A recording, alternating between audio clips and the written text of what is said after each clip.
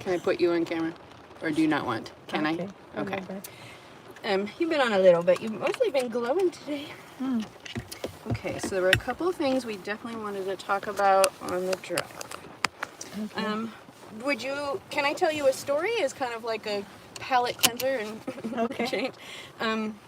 I always wanted to be a professional driver ever since, I think my kit car, Knight Rider. I think Knight Rider was what first inspired me to want to be a professional driver.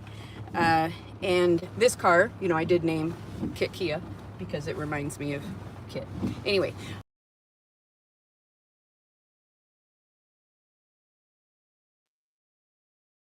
That made him have to leave the U of O. Completely bullshit.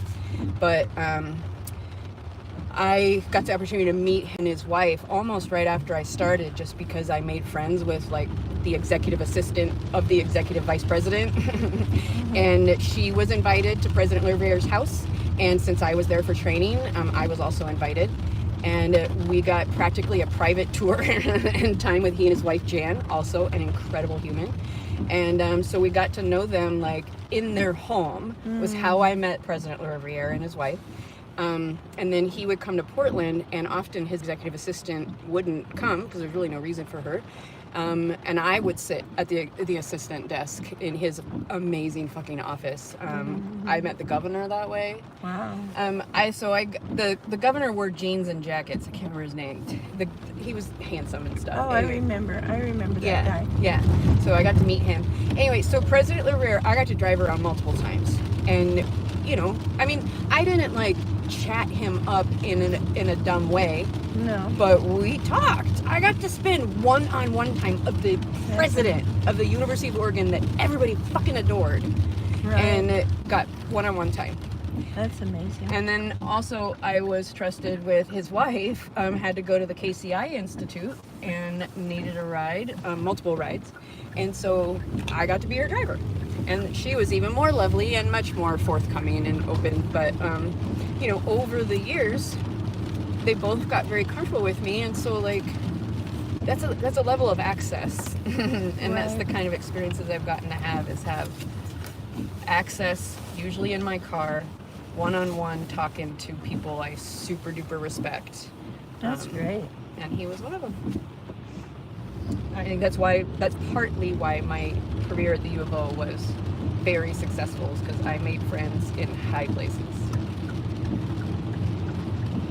What did you do at the U of O? I started as a temporary administrative assistant to a department head, and then she was promoted to assistant vice president of fundraising in Portland, and needed like an executive level of assistant. And I'd already been doing it essentially for 6 months. And so the job description was written for me, but I still had to apply. And I then became her executive assistant for a couple of years, and it was awesome. And I got to do huge projects, very visible projects, like the Grand Floral Parade, the University of Oregon's presence in it. I was often either running it or just a really big part of it through that role. And then when I told Vice President Andreasen, her boss, that I couldn't work for her anymore because things had gone really bad for a couple of years, I was applying for a job at PSU, and I asked him if he would give me a reference. And he said, if that's what you really want, yes. However, what could I do for you to stay? And I was like, I just need out of this department, and I need a job that's really, challenging, but not in an emotional way. And he's like, let me think on it. I've been thinking about you. I've been thinking about some things that need to happen in Portland, and so let me think on it, and I'll get back to you. And eventually he did, and partly because I got to drive him around. That's why he knew and trusted me. Mm-hmm. He wrote a job description of a brand new department in Portland. It was the because I think it was the Alumni Association. So the Alumni Association had no actual presence in Portland, even though this is where all the majority of their alumni are. Right. So they're like, we're going to create the Portland program manager for the UO Alumni Association. We're writing the job description with you in mind. but you still have to apply for it. It was really fucking competitive. But I also, the head of the alumni association was like, I know you're going to get the job. I want the office to be what you want. And so he would, on the down low, send me the job description as it was being written and the office plans as they were being done. And I got input on it all. That's amazing. It took a long time, so that was very difficult. Jeremy and I almost moved to Chicago for a job opportunity with my brother, which would have been amazing, but it went downhill very quickly. And then the same week he left me, or informed me he was leaving me, I don't remember which, I had one of my final interviews for the job. I had to go to Eugene for it and present my idea for the program to 13 people, like to the whole Alumni Association department. Wow. At once. While I was in the, like, trying to function around my husband is leaving me. And Jesus so, like, Christ. That was a fucking nuts phase of time, and it didn't get a whole lot easier, but yeah. But you did get the job. I did get the job. It was amazing. I learned so much. I am so grateful for it. I was heartbroken literally for years that I had to leave, that I went on medical leave that just never ended. Heartbroken. I loved it so much, and I had so many plans, and I developed so many relationships, and it was awesome. But now I'm like, well, that was the pinnacle of my career, working for other people. I got an incredible education from the University of Oregon, working for them in a variety of ways. My fairy godmother from the U of O and I are still in close contact. She's my mentor now for building my business, and I sit for her in Eugene on a regular basis for her wife and her wife. They amazing home, 2-3 cats. Amazing. I get to see Ainsley. Like, everything about my time at the U of O was incredible. And it was just sort of like, oh, it's the one that got away, sort of, like, I love jobs and cars and stuff, just like people love people. And it's like, well, the one that got away was that job. But it was the right time to leave. Susie said that it went really downhill, like it would have killed me anyway, and so it was good. I left when I did, and they didn't take my benefits away for almost a year. They accidentally paid me for a month in February, and I called and I'm like, I don't know why I got this paycheck. I shouldn't have. I've already exhausted all of my pay. And the lady was like, you know what? It's a hassle. Fix it. Let's just let it go. They'll make you pay it back when you come back. But also, wink, wink, we know you're not coming back. So that was amazing. And then they gave me a leave or a termination, a medical termination, which means they would take me back if there was a job available. It wasn't like I got in trouble. So even for almost a year after I left, the university was extremely generous to me and made it possible for me to spend most of that time in bed, because I did get paid for a long time. I might have even gotten unemployment. I can't remember now. But yeah, that's how I was able to stay and not get out of bed for a while. It's not like I wanted it to be that way, but I just couldn't. So it was amazing. University was incredible, and that's partly why I have the confidence I have, and why I can confidently say the things that I'm willing and able to help with, I've probably done maybe hundreds of times, like events and stuff, probably hundreds of times just for the university. That was my job. Creating events for alumni in Portland to reconnect with the university. It's amazing. I got to be the duck handler. Oh my God, I got to spend so much time with the University of Oregon duck. And actually, for a period of time, and this is supposed to be a secret, but since it was 10 years ago, I could tell it anyway, my ex-husband got to be the duck multiple times. But the thing was, he was 6'3", and most of the people who would wear the suit were college kids, but 5'8" or something, or 5'10". And so we would go around, and people would be like, damn, the duck is taller than I remember. Oh my God. And I wasn't allowed, there's so much secrecy. Oh my God. cloak and fucking dagger everywhere I went with the duck. It was insane. It was nuts. Cloak and dagger. Until shit you not, like literally hiding him and like going through service and entries and having to find a special room. It was nuts. Nobody could see him with his head off. But Jeremy only did it a few times during the roads, but when the football team was the grand marshal for the Grand Floral Parade, and so there were a ton of events for the duck to go to, and so that's why they couldn't send a kid up every time, so they hired Jeremy. It was awesome. Super fun. And Ainsley was in love with the U of O from the time of being in kindergarten, and I didn't get the job till she was in first grade. So I have pictures of her dancing with the duck on our deck because we had the suit at home. Fun. Yeah. And probably one of those, well, there were multiple pinnacle experiences with the duck. Like I could write a whole book just about the duck, but one of them was the duck was, I'm going to cry, the duck was knighted by the Queen of Rosaria. And so his official name is Sir the Duck, but like nobody knows that because I don't know what happened to the certificate. But like the kid who wore the suit had been, he had graduated, but he'd been the duck like his whole like college career, and he'd grown up in Portland, and we were like hiding behind a bush because nobody's allowed to see him. But he was telling me, like, he had tears in his eyes. He's like, this is like way beyond a dream I ever could have had. I grew up in Portland, always watching the Grand Floral Parade.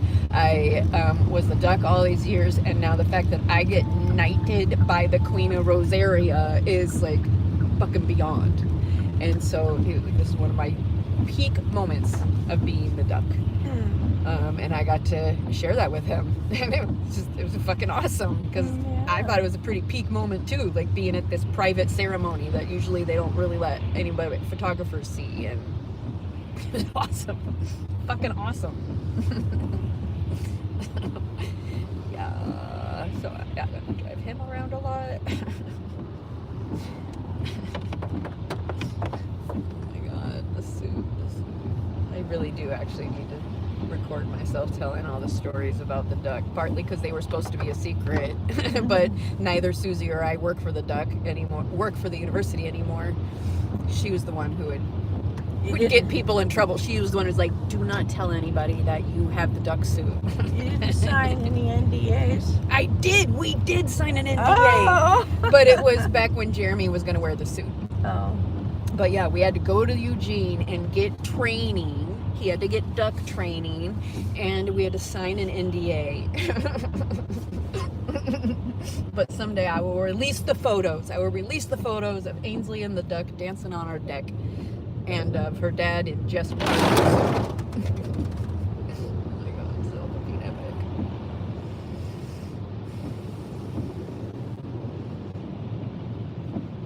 And of course people would ask me, since I work for the Alumni Association, are you an alum? And I would say, well, no, but I did apply to the Historic Preservation Program, and so I feel like I was supposed to end up at the U of O one way or another. And my daughter has loved the university almost her entire life, so I feel like she I've meant to be here. graduate from there? No, she got a head injury in high school and didn't even graduate high school. Oh. She got a GED. I mean, if she wanted to, she could. I think she could definitely get in if she wanted to, but she doesn't want to. She realized that the traditional education system's not for her. And she's been alongside her friends going through university, and she's like, that's not for me. That's not the path I want to take to learning. So and I actually wanted to create a homeschooling program for her. I didn't actually ever want her to go to school, but I couldn't hack it at the time. It was too hard. But so that's essentially what high school became. She didn't get the indoctrination of high school.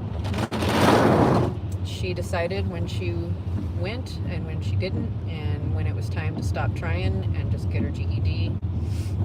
And then now she took the real estate agent test or a course so that she could take the test.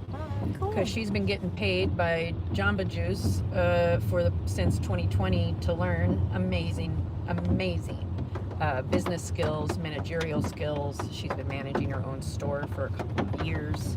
and it's the most successful store when it's open during school season.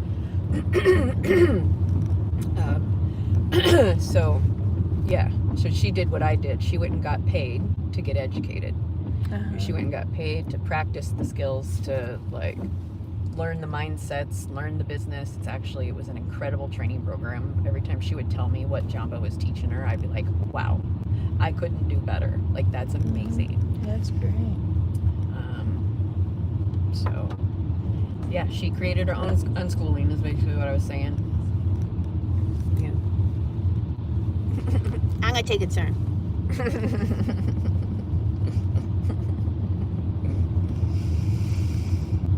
Yeah, so proud of her.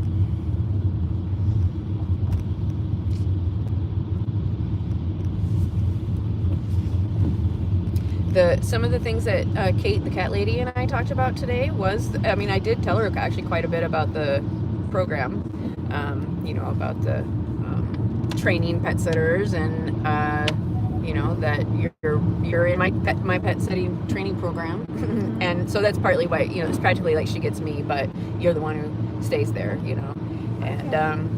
and she just loved that. She's like, I am excited to be a part of that. She's supporting our business gets off the ground, and she loved hearing that you really need this place and that it would be really good for you, and she's fucking delighted. That's so great.